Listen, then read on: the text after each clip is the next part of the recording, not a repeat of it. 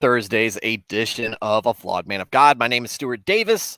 I am a deacon at a small church just outside of Richmond, Virginia. I'm not a pastor. I'm not a biblical scholar. I haven't been to seminary. I'm not trying to get you to join my church or donate to any special cause. What I'm here to talk about is Christianity, the Bible, God, the Trinity, all the different things about Christianity that affect us. Read through the Bible, talk about different issues that affect us as Christians, both within and out of the church. I'm giving this from the perspective of a layperson. I've been a Christian all my life, 39 years, non-denominational Protestant. Don't really subscribe to any particular doctrine or denomination. I'm just in the Word every day. So if you are new to Christianity, interested in it, just tuning in out of curiosity, welcome to the show. I'm glad you're here. Please tune in, give us your thoughts in the chat, or just listen. Hopefully you get something out of this. And as a very light primer on what to expect out of Christianity. I am a person who you may, somebody like me, maybe at a church you go to if you ever decide to go there. If you're a Christian and you just like to, and you just enjoy partaking in Christian discussion, welcome. Please be part of the chat. Tune in and contribute. Be part of this discussion. Be part of this this fellowship that we have here. We'd love to have you, and we'd love to hear your thoughts on things. So, with that said, tonight's about Deborah. Tonight's about Deborah. Intermittently roboing out, and I'm looking at the camera when I do my intro. I'm not looking over to the side, where the my display for StreamYards is. But it looks like I'm okay right now. Either way. Yesterday was a light day. We had Nico in. Nico is probably watching Rakata's stream that's probably going on right now. That man decided he wanted to usurp my time slot tonight. So he's currently streaming. That isn't an excuse for any of you other guys to get out there and go watch his stream. Don't watch his stream. Watch his stream any other time. He gets plenty of viewers all the other time. Be here with me. We're talking about Deborah tonight. This is a big deal for all you folks, especially the ladies who are looking for somebody in the Bible to look out for and look up to. Deborah's solid. And her story really only lasts one chapter in Judges, and then she gets a song after her, which I won't be singing. I talked to a friend of mine who sings at our church, and she's got a little voice. And I joked with her tonight because I know she loves the story of Deborah. I was like, "Hey, you want to sing? You want to come on and sing the song?" And she was like, "What? I haven't practiced." I was like, "No, don't worry about it. I wouldn't put anybody through that because I'm personally someone who doesn't think that that singing over a stream, over a microphone, over a recording like this ever translates well. I mean, you have to be in a studio. Whenever you try to, like, we have amazing musicians at my church, singers, in people playing different instruments. Just it's amazing, as small as of a church as we are, the amount of talent that we have, and she is one of them. But when you look at our lives, when we stream our church broadcasts and you listen to them, it does them no justice. Personally, I don't think they sound good at all on a recording.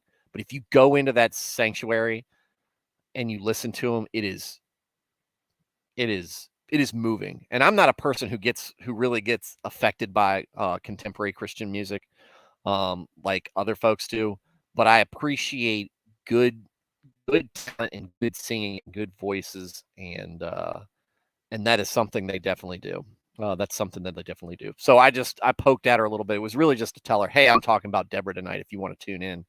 And I don't know if she is or not. She'll be tuning in through Facebook, I'm sure, not through YouTube. So y'all won't see her. At least I don't think so. Most of friends, my in-person friends, not my fellowship, my in-person friends, they tune in It's doing it. They tune in through Facebook. It's doing it right now. Shows that it's kind of lagging. I don't know what is going on. I don't know if this is a StreamYards thing or not. Showed up just when Nico got here, though. Nico was causing all sorts of all sorts of stirring up all sorts of distress in Greg's stream last night. But no, Dresden's here first. Nernaeth right after it. With the take that, Nico. Nico, you're the man. You're number one with a bullet in the chat. Everybody wants to beat you onto the chat, and I did it a little bit. This wasn't. I've been consistent all week, except for today. Today I wrote a lot, and so I got home. We'll settle in a little bit before starting up the stream. And then when I saw Nick started his stream, I was like, why is? I was like, well, do I even want to do it? Because I don't know if I'm going to get. I don't know if a lot of my viewers are going to go there. Last night was a slow night. Other than a lot, Nico was given a lot of commentary on my stream as well. But other than that, low viewership and low activity. It wasn't its normal active self, which those days will happen. Those days will happen. And my subscriber count is edging down, keeps going down to 400. I'll need to get Nick back on here and bump those numbers up, but it really doesn't matter. It doesn't really matter because, like I said, it's not the subscriber count. That's not what I'm in here to do. Viewership helps, and because that's really part of the mission is to have people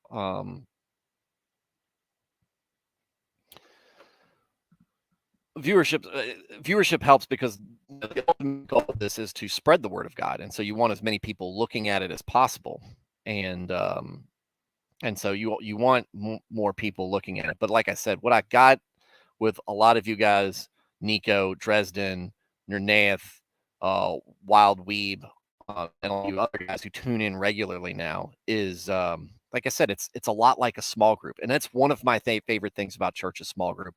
And it's one of the reasons that I continue to do this every weeknight, every possible weeknight I can, because it gives me a feeling of it. Gives me a feeling of that small group, and you guys are big contributors to that. So that's a big thank you. I know I thank you a lot, but I can't thank you guys enough.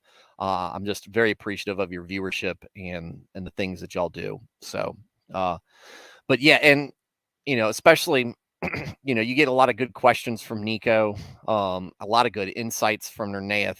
You just get a lot of people different perspectives on things as we go through this, and we're really getting into a part where of the Bible where a lot of things are going to be happening, and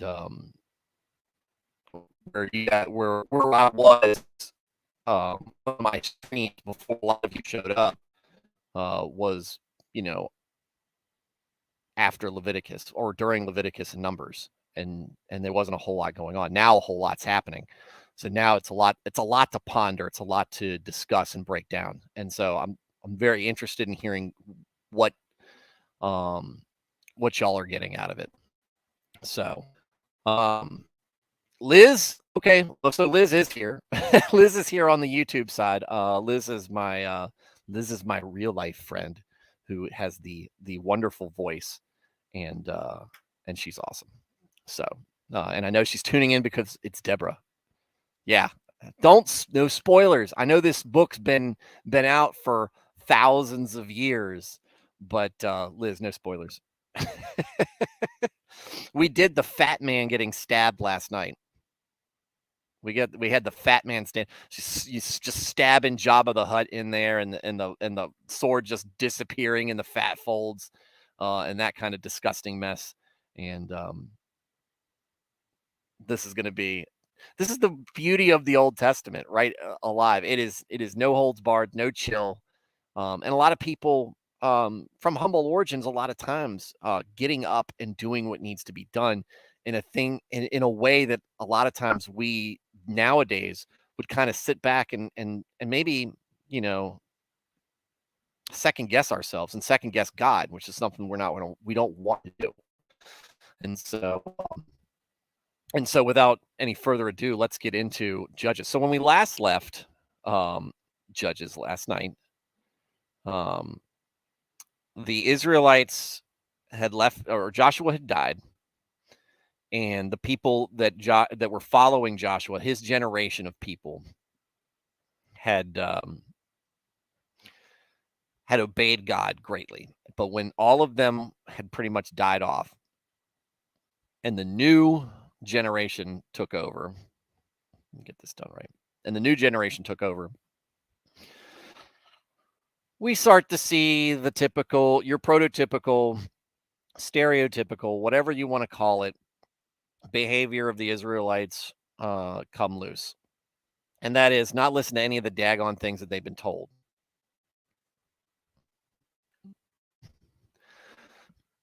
So we were introduced to the first judges of Israel, basically the guys who, you can call them judges, you might also consider them heroes. The early heroes of Israel. Othniel, Ehud, and we didn't hear much about Shamgar other than the fact that he killed 600 Philistines with an ox goad.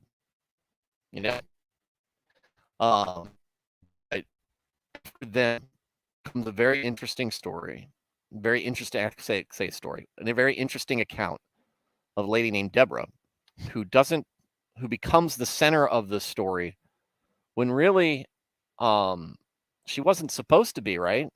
By all accounts, by all the natural order that God had set up, this should have been a man's job to do. But what happens when a man fails to be what he needs to be in order to promote to do what God thinks necessary? Maybe he needs a greater force behind him. The old story, behind every great man is a great woman. But honestly, maybe he needs somebody to kick him right in the tail to get him to do what he needs to do. So let's find out how that goes in tonight's reading, which is chapter 4 of Judges. We'll call it Deborah. So again, the Israelites did evil in the eyes of the Lord now that Ehud was dead. Because of course.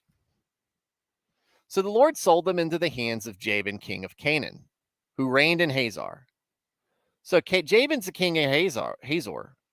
Why is there a Canaanite king in Hazor? Is it because the Israelites didn't kill all the Canaanites like God told them to? Big think emoji. Sisera, the commander of his army, was based in Harosheth Hagoyim because he had 900 chariots fitted with iron and had cruelly oppressed the Israelites for 20 years. They cried to the Lord for help because that's what they do. Now, Deborah, a prophet, the wife of Lapidoth, was leading Israel at the time. She held court under the palm of Deborah between Ramah and Bethel in the hill country of Ephraim, and the Israelites went up to her to have their disputes decided. There we go. All right, this is a hearkening back to last night when Nico asked the question about the judges, who the judges were. This is a good example. She held court under the palm of Deborah between Ramah and Bethel in the hill country of Ephraim, and the Israelites went up to her to have their disputes decided. They're like the people's court, Judge Judy, whatever generation you are in. But you take your quarrels to a judge or the elders or whatnot. She sent for Barak, son of Abinoam, from Kadesh in Naphtali, and said to him, "The Lord, the God of Israel, commands you, go, take with you 10,000 men of Naphtali and Zebulun, and lead them up to Mount Tabor. I will lead Sisera, the commander of Jabin's army, with his chariots and his troops to the Kishon River, and give him into your hands." There we go. Very clear. All right. So Deborah's not saying I'm going to bring him to you. She's giving him a message from the Lord because she's kind of the lady in charge. Go, take with you 10,000 men of Naphtali and lead them up. I will lead. This is God saying, I will lead Sisera, and I'm going to deliver you into their hands. So Deborah says, you're the guy that God has chosen to rise up against Canaanites and destroy them. It's time for their oppression to be over. I've been trying to lead things as much as we can under this oppression, but now it is your time. It is your time, Barak. Barak said to her, if you go with me, I will go. But if you don't go with me, I won't go. First thing I would have said is, look, I'm not your wife, bro. So I don't need to be going with you places that I haven't been commanded to go by my husband or God or anybody other than you. Barak immediately comes out here wanting to negotiate, and not negotiate with God. He wants to negotiate with Deborah. Deborah's just the messengeress. But Deborah's got a much more clever response, a much more feminine response, to be honest with you. Certainly I will go with you, said Deborah, but because of the course you are taking, the honor will not be yours, for the Lord will deliver Sisera into the hands of a woman. So Deborah went with Barak to Kadesh. There Barak summoned Zebulun and Naphtali, and 10,000 men went up under his command. Deborah also went up with him. Now Heber the Kenite had left the other Kenites, the descendants of Hobab, Moses' brother-in-law, and pitched his tent by the great tree in Zananim near Kadesh. When they told Sisera that Barak, son of Aboam, had gone up to Mount Tabor, Sisera left from Harosheth Goyim to the Kishon River all his men and his 900 chariots fitted with iron. So, sounds like God's getting ready to do what he said he would do. And he told Barak he needed to do it, but Barak goes, well, I'm not going to go on my own. I need you, lady, with me.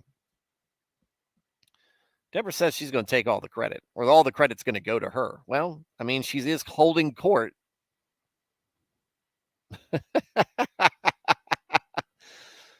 I wonder if Barak, Nunea says, wonder if Barak used his Affordable Army Act to get those people to show up.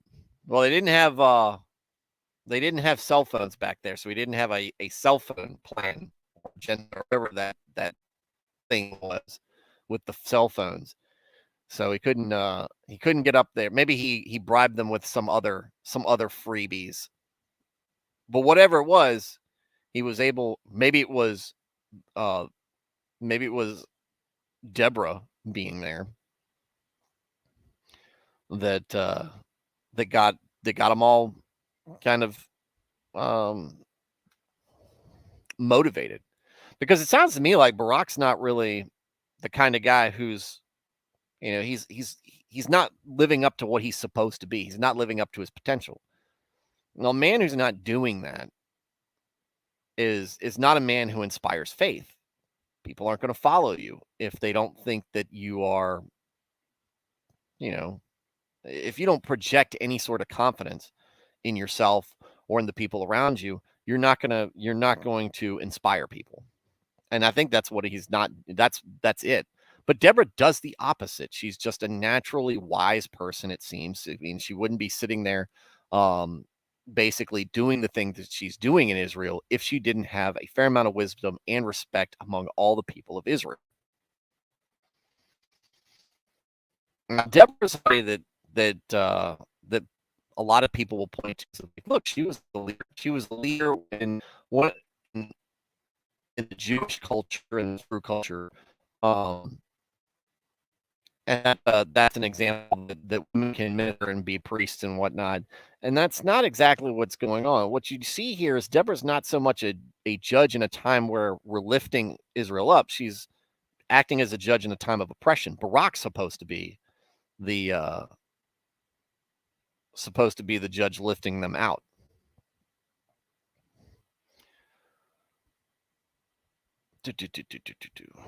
All right, there we go. Let me get back into this. When they told Sisera that Barak, son of Abinoam, had gone up to Mount Tabor, Sisera summoned from Heshoeth Hagoyim to the Kishon River all his men and his 900 chariots fitted with iron. Then Deborah said to Barak, "Go! This is the day the Lord has given Sisera into your hands. Has not the Lord gone ahead of you?" So Barak went down Mount Tabor with 10,000 men following him. At Barak's advance, the Lord routed Sisera and all his chariots and army by the sword, and Sisera got down from his chariot and fled on foot. Chicken. Hey, go off with your sandals on, or boots on, or armored sandals on. I don't know what the hell they were then. Running away. If your men are dying for you, you bet your tail better be going down there with them. Canaanites, am I right? Barak pursued the chariots and army as far as Harosheth Hagoyim, and all Sisera's troops fell by the sword. Not a man was left, except Sisera. Sisera, meanwhile, fled on foot to the tent of Jael, the wife of Heber the Kenite, because there was an alliance between Jabin, king of Hazor, and the family of Heber the Kenite. Jael went out to meet Sisera and said to him, "Come, my lord, come right in. Don't be afraid." Immediately, look, woman says, "Don't be afraid." Woman says, "Don't be afraid." You need to be afraid. Be skeptical. Life lesson here. "Come in, my lord. Come right in. Don't be afraid," she said, probably with a smile stuck on her face. Yay. So he entered her tent and she covered him with a blanket. "Oh, what is this, nap time?" "I'm thirsty," he said. "Please give me some water." She opened a skin of milk, gave him a drink, and covered him up. This is one of the funniest parts of the story, is the fact that, like, I mean, maybe he's wounded, I guess. I don't know. I'm sure he's winded. He's been running away from this battle. He's been busy being a chicken. But this lady goes, "Come in," and he just comes in and lays down, and they wrap him up, and he's like, "Oh, can I have some water, please?" "Yeah, here, have some milk. Here, have some more." "Stand in the doorway of the tent," he told her. "If somebody comes by and asks you, 'Is anyone there?' say no." But Jael, Heber's wife, picked up a tent peg and a hammer and went quietly to him while he lay fast asleep, exhausted. She drove the peg through his temple into the ground, and he died.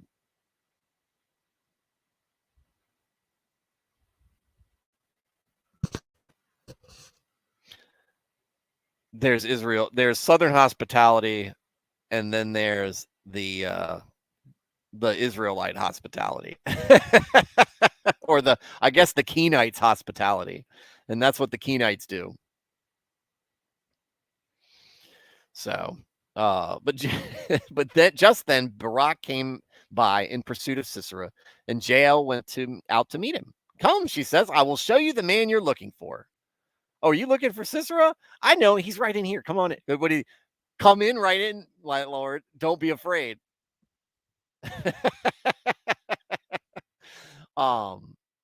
So he went in with her, and there lay Sisera with the tent pegged through his temple, dead. I did it just like Phineas did with those two people there in the Exodus.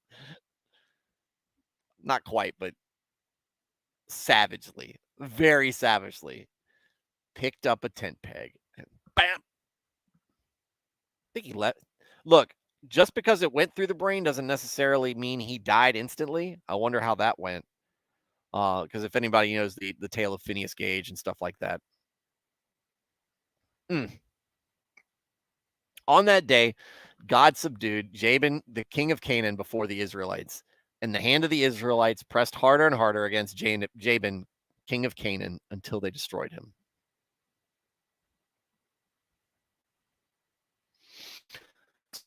In the next chapter, I'm going to go through. I'm going to pick up on some comments from the beginning. Dresden, we are legion. Yes, we are. Nernaeth, listen to Nick at work. He's great background noise. I can't follow the chat. I'm the same way. I don't stay up late enough to listen to him, to watch his show. But he is great background noise. Great background content to go on, and it's a lot of it, and it's not a lot of commercials like you get with like a lot of AM and talk radio. Obviously, it's just him in the chat, and it's great. And a lot of times, I love it when folks like Drexel come on. He's got great guests and just good content. But yeah, it's I look at the chat sometimes when I have caught him, his thing, and it's insane.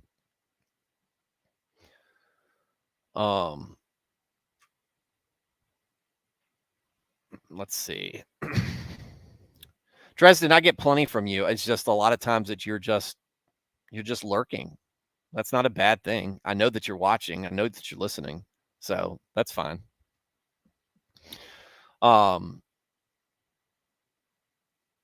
Nernath, well, there it is. Kenites making alliances with Canaanites. Doesn't seem so weird that they kept falling away from God if they keep these friends. Almost like they're keeping sin around. That's the thing. This is one of the big things that repeatedly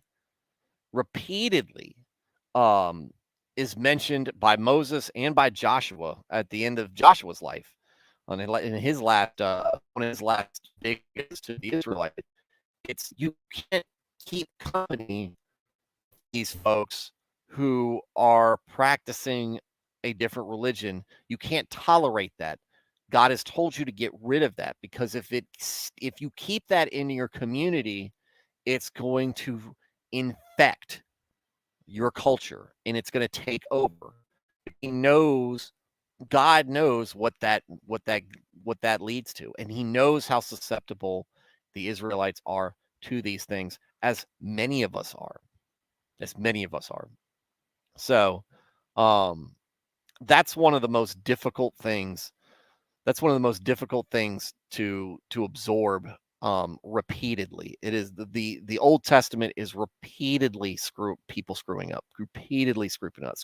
There's some heroic moments, and there's all great moments. Joshua's last speech was an excellent example of that. David and Goliath, Daniel and the lion's den. We've got, these are things that you've heard me reference before and that many of y'all probably already know about. But, these are singular moments in the wake of other people screwing up big time, or those people screwing up big time. And it just happens. And it happens largely because they don't shun the people who are not keeping God's word. That's not a rejection of the foreigner. That's not a rejection of other people who aren't Jewish, who aren't Israelite, or who are not Hebrew, whatever you want to call them at this point. It's a rejection of people who are living in your community with you, who are not obeying God's law the way that he put it through. And when they came to conquer, he said, look, just kill them all. Just kill them all. And you don't have to worry about it. I'm giving you permission to do this. I'm commanding you to do this because this is what needs to happen. They don't do it, and this is what we have. And this is what we have. Now, that's not me saying that we as a nation need to, or me as Christians need to, kick out everybody who isn't a Christian from the country. But I'm not saying this from a Christian nationalist perspective. I'm saying this culturally, we need to start rejecting the things that are openly rejecting the things, internally rejecting these things that we're not supposed to be doing, that the outside culture is trying to influence us into changing. Because I said this on Facebook, on my Facebook page. You have priests, you have churches, you have entire denominations who want to tell you that things that are sinful are not sinful, because they don't want the responsibility of calling things sin. They don't want it to be that way. They want it to be different. That it's irresponsible. And I think that it's the whole blame of not taking responsibility. You're being irresponsible by it. If we are going to we are going to have a nation of Christian that truly is run by Christian values, that has to start by the way our government is set up. That has to start as a culture, right? We have to be the majority. We have to vote people in who reflect our values. which I find difficult because so many politicians they're bad people. They're bad people. They either already are corrupted or easily will be corrupted and tempted by the power that is given to them. Power, money, fame, attention, all the things, all the temptation comes over you. Again, David, a man after God's own heart, is a man who at times falls to that power. Saul falls completely to it. And I think Saul's a good example God makes at the beginning as Israel's first king to show him this is what you're going to get. I'm going to put other guys up that are righteous, but this is what you're generally going to get, and this is why you shouldn't ask for it. We'll get to there. We'll talk more about that when we get there. Anyway, Nernaeth said, "Did she say bless your heart, Sisera?" No, because she wasn't a Southerner. She wouldn't have given him milk. She would have given him sweet tea, which is the only tea. Liz says, a woman took care of it, as Deborah said it would happen. There we go. Getting back on topic. That is great. This is Deborah talking about things. Because Deborah doesn't say and this is a good catch by Liz. Deborah doesn't say she's going to get credit for it, though she kind of does. But that's not what she's talking about. The Lord will deliver Sisera into the hands of a woman. And that's what he does. Barak doesn't get to slay Sisera in open combat in a heroic fashion in the way that they sing songs of. And instead, no. Sisera gets away and he to a woman's tent, and a woman drives a spike through his skull. And all Barak is left to do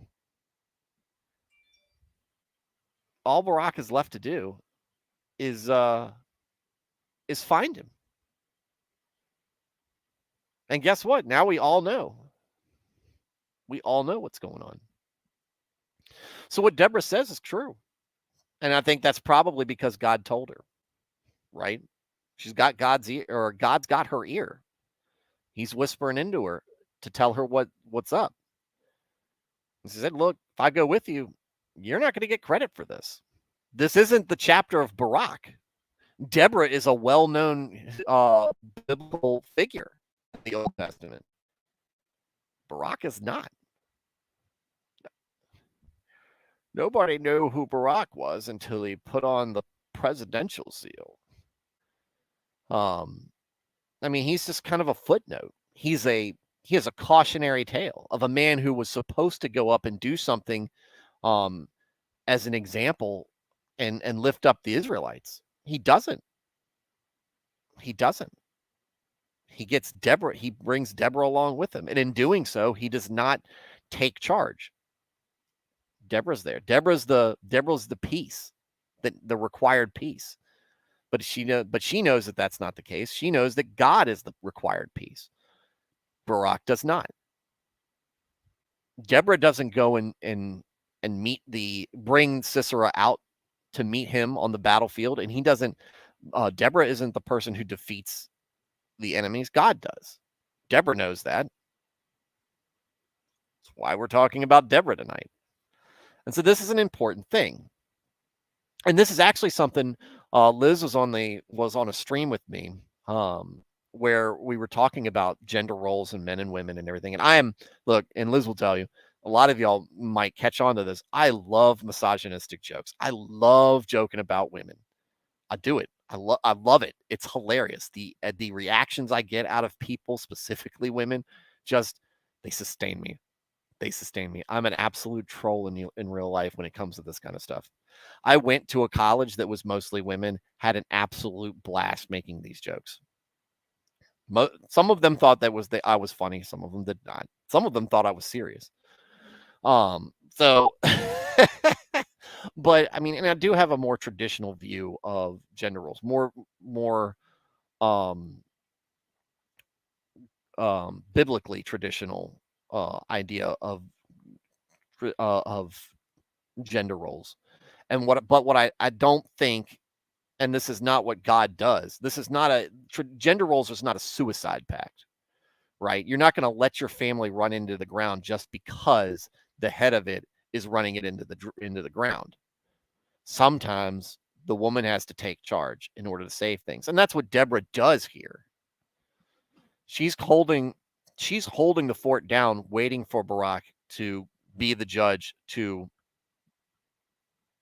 come up, right?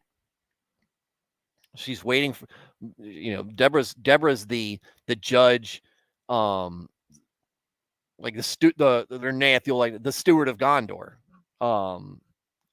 She's there being the judge, waiting for the one that will come up,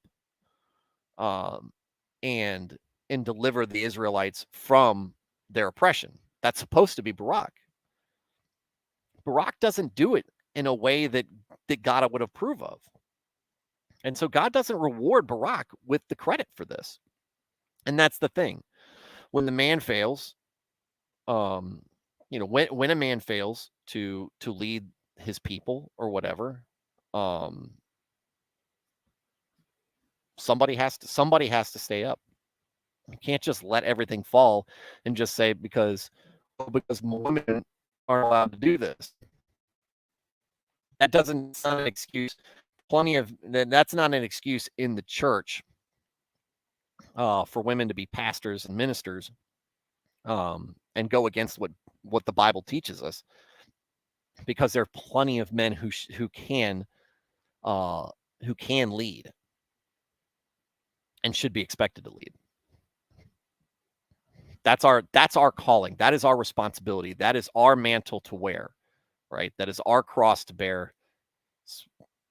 Maybe not the best. That might not be the best turn of phrase, but that's our responsibility to do, right? The women are there to support us in whatever way they can,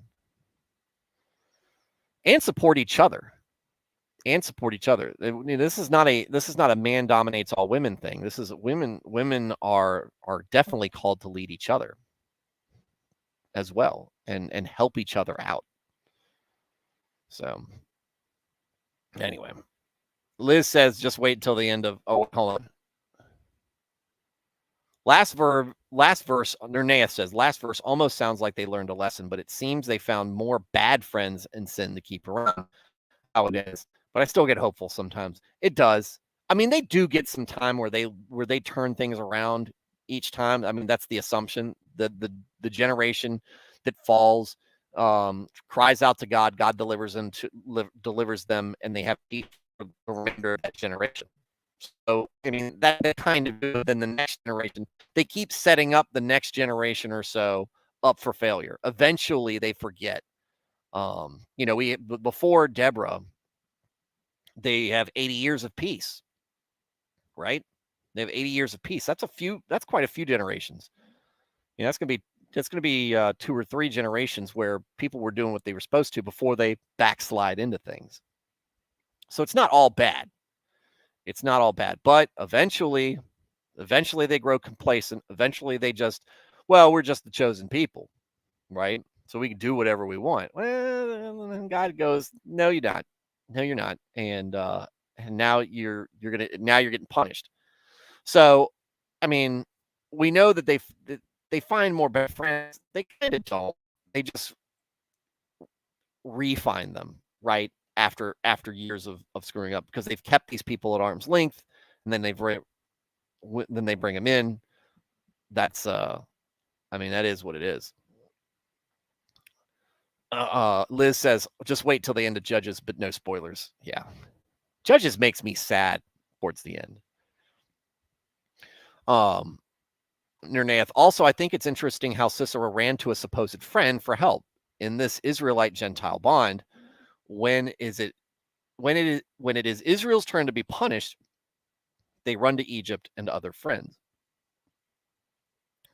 Yeah, but hey, look, Jael delivers them out. And look, these are people who are loosely related to loosely related to Moses. So they might not be part of the Israelites, but they might be godly people. I don't know. I'm not a biblical scholar enough to know that how that relationship works back at that time. And then Nerneath with one of my favorite mantras: reject modernity, embrace tradition. Amen. Liz says all the time. I know that was in reference to something I said. I just don't know what it was that I said. And Renee said, I am a lot more traditional than my friends and I'm a lot more traditional than my friends and coworkers think. It is funny that they do not believe me. I'm kind of similar camp. Definitely with my coworkers because I don't let that on. Liz might get it, might have some pretty good impressions because she's her family and my family are very close, and she sees a lot of me at my best and at my worst, which is probably mostly my worst. But she sees a lot of my opinions that I don't tell other people about. So, Figs and that. Good morning. Women are not supposed to be weak. I mean, Jael was strong enough to drive that peg. She helped move the tents, herd goats, and do a bunch of other stuff to get that muscle. Important stuff. Don't skip leg day, women. It's not just about driving spikes. No, women are not supposed to be weak, and that's the deconstructionists, and some of the people who naturally push people into deconstruction have this idea that women are supposed to be meek, weak, and silent and all things. They're not. That's not the gender role, the traditional gender role. Women are supposed to be strong because they need to be strong to support strong men. Strong men don't have women to against. They don't. And I don't think strong men, truly strong men, respect weak women. But there's a difference between being strong and being a leader, being supportive, being all these things all these roles that we're supposed to fulfill. Being strong means being good at what you're supposed to do. And that's where that comes in. So as men, being a strong man means fulfilling the duties that we're supposed to do: work hard, provide for the family, and lead them. That's what we're supposed to be strong at. Strong women are supposed to be supportive, good with the kids, and managing that aspect of our life, and being strong supporters of us. My wife is a very strong person. She's a very strong woman, and I am set up for success. Y'all have heard me say it before. I am set up for success because of how strong she is. She's amazingly strong. Y'all guys wouldn't understand. I couldn't express, but part of the reason there, I am able to be the man that I am is because she is the woman that she is. And that's why when you're talking about a marriage, you're talking about two souls becoming into one. That's why man and a woman are required to create a child. I'm not going to fall for that. No, it's that, it's that bond between a man and woman that is what, makes all things possible. And the stronger that bond is, and the more it fulfills that expectation, the further that family is going to go spiritually. So that's what it is. Fig says I'm extremely laggy. I don't know what's going on with that. I don't know if I need to look into it. Like I said, when I stream, I'm not getting any lag when I stream anything. The only time I get lag is when I'm using StreamYards, and and I think that's where that comes from. That's where that's coming from. All right. So we've been doing this for 45 minutes. Let's get to the Song of Deborah.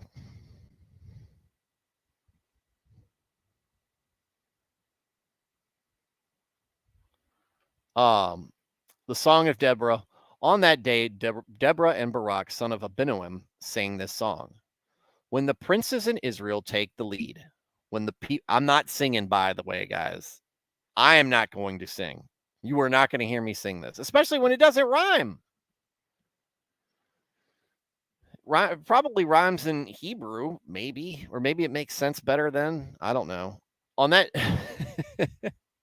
and now we come to the part of, and now for something completely different. Then Stuart sings, when the princes in Israel take the lead, when the people willingly offer themselves, praise the Lord. Hear this, you kings. Listen, you rulers. Even I will sing to the Lord. I will praise the Lord, the God of Israel, in song. I won't. I will do it in prose. When you, Lord, went out from Seir, when you marched from the land of Edom, the earth shook, the heavens poured, the clouds poured down water, the mountains quaked before the Lord, the one of Sinai, before the Lord, the God of Israel. In the days of Shamgar, son of Anath, in the days of Jael, the highways were abandoned. Travelers took to winding paths. Villagers in Israel would not fight. They held back until I, Deborah, arose, until I arose, a mother in Israel. I like that part. God chose new leaders when war came to the city gates, but not a shield or spear was seen among 40,000 in Israel. My heart is with Israel's princes, not princesses, with the willing volunteers among the people. Praise the Lord. You who ride on white donkeys sitting on your saddle blankets, and you who walk along the road, consider the voice of the singers at the watering places. They recite the victories of the Lord, the victories of his villagers in Israel. Then the people of the Lord went down to the city gates. Wake up, Deborah. Wake up, break out in song. Arise, Barak, mentioned second. Take captive your captive, son of Abinoam. The remnant of the nobles came down. So the people of the Lord came down to me against the mighty. Some came from Ephraim, whose roots were Amalek. Benjamin was with the people who followed you. From Machir, captains came down. From Zebulun, those who bear a commander's staff. The princes of Issachar were with Deborah. Yes, Issachar was with Barak. Again, mentioned secondly. Sent under his command into the valley. In the districts of Reuben, there was much searching of heart. Why did you stay among the sheep pens to hear the whistling for the flocks? In the districts of Reuben, there was much searching of heart. Gilead stayed beyond the Jordan. And Dan, why did he linger by the ships? Asher remained on the coast and stayed in his coves. The people of Zebulun risked their very lives. So did Naphtali on the terraced fields. So throwing some shade here. Who came out and who didn't? You notice they're not going.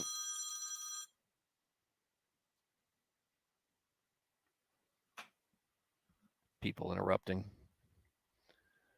You notice they didn't talk about Judah, though. Or at least they haven't yet, because Judah went off at the end of Joshua's reign. Judah went off and killed lots and lots of unbelievers. They're not mentioned here. Who went with them? Hang on. We're gonna go back a bit because I want to know if they're mentioned on this.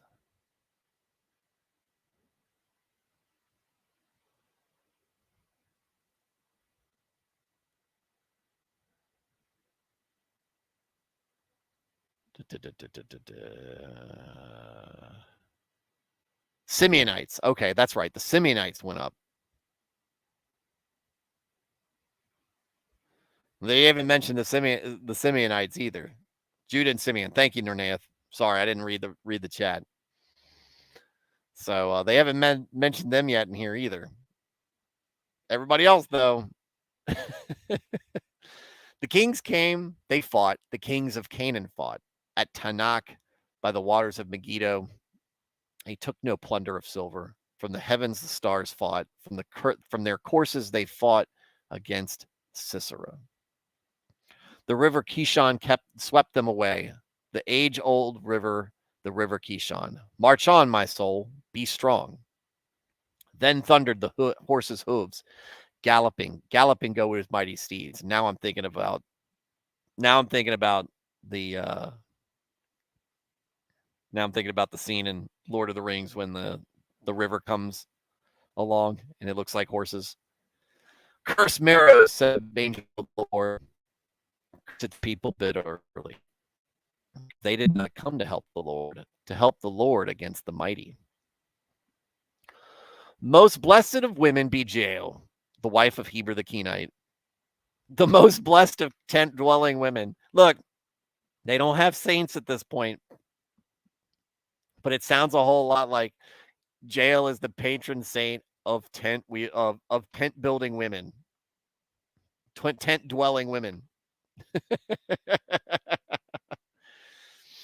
She holds a tent stake and a hammer, and not for building, for ending lives.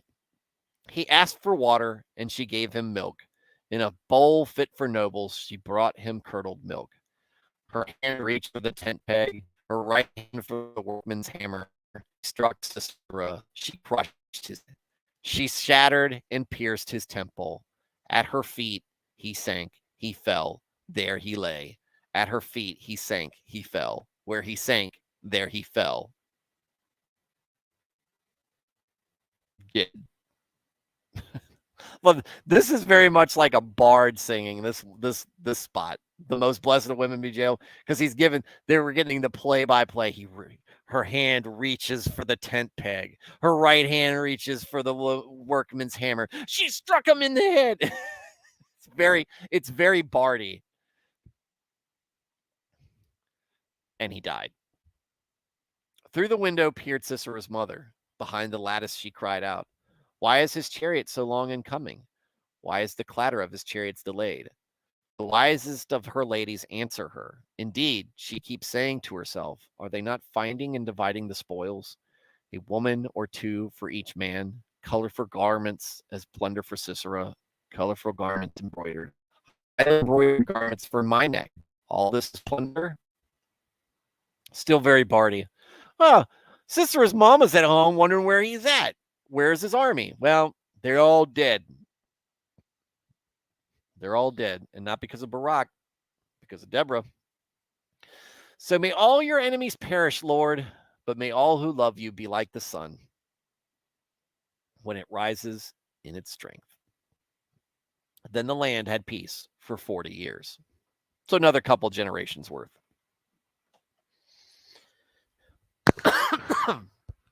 Before to decide to do evil in the sight of the Lord. But there you go.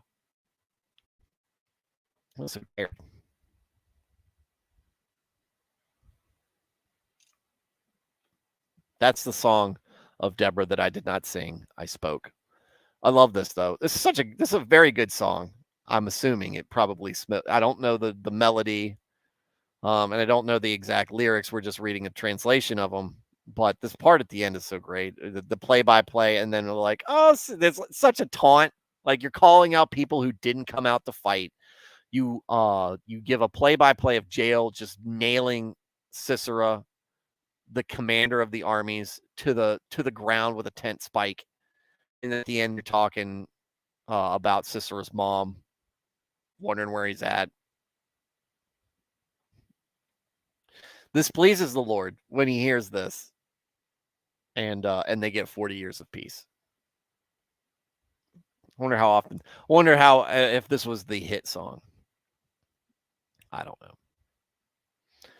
So with that said, folks, that is the end of our program tonight. I'm going to go back to watching the Field of Dreams game, which I have mixed opinions on, but the Reds are probably still losing 4-0, because that's what the Reds do. This is my life right now. I'm not happy in that. So without further ado, though, will release you, and we can back up tomorrow night. Perhaps we'll see what we're doing. This should be called Deborah's monologue, but Deborah's not. Well, I guess I'd say Deborah and Barak both sing the song. So I guess it's Deborah do vocals,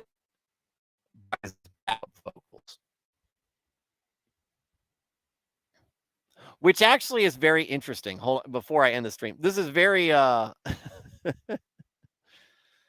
jail's murder spree. This is very interesting. Deborah's singing this. So she's the one, she's praising, she's calling out the tribes that didn't fight. She is most blessed of women be jailed. She is singing that. She's the one talking smack about Sisera's mom.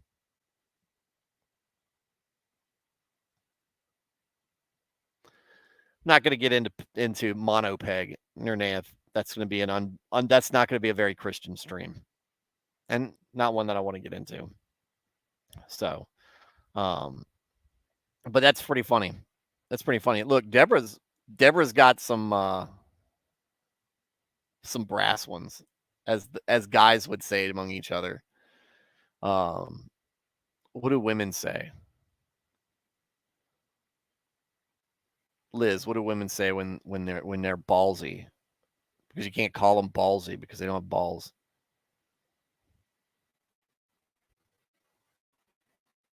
Oh, wait.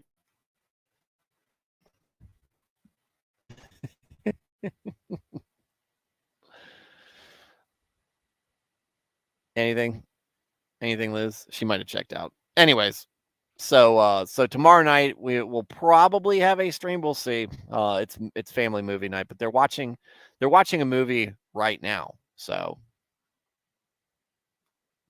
without me, they knew tonight I'd be watching the game and be streaming. So, anyways, I'm dragging this out. In the meantime, folks, have a very good evening. And if you don't catch me tomorrow night, if for some reason I'm not on, have a very good weekend. Love you guys. Thank you for being part. Forgot to do my thanks for everybody. Dresden, Nernaeth, Nico, Liz. Thank you for being here. I think that's the crowd for night. Oh, Fig. Can't forget Fig. He'll get upset if I do. His feelings will get hurt. All of you guys for tuning in, and have a good night, and God bless.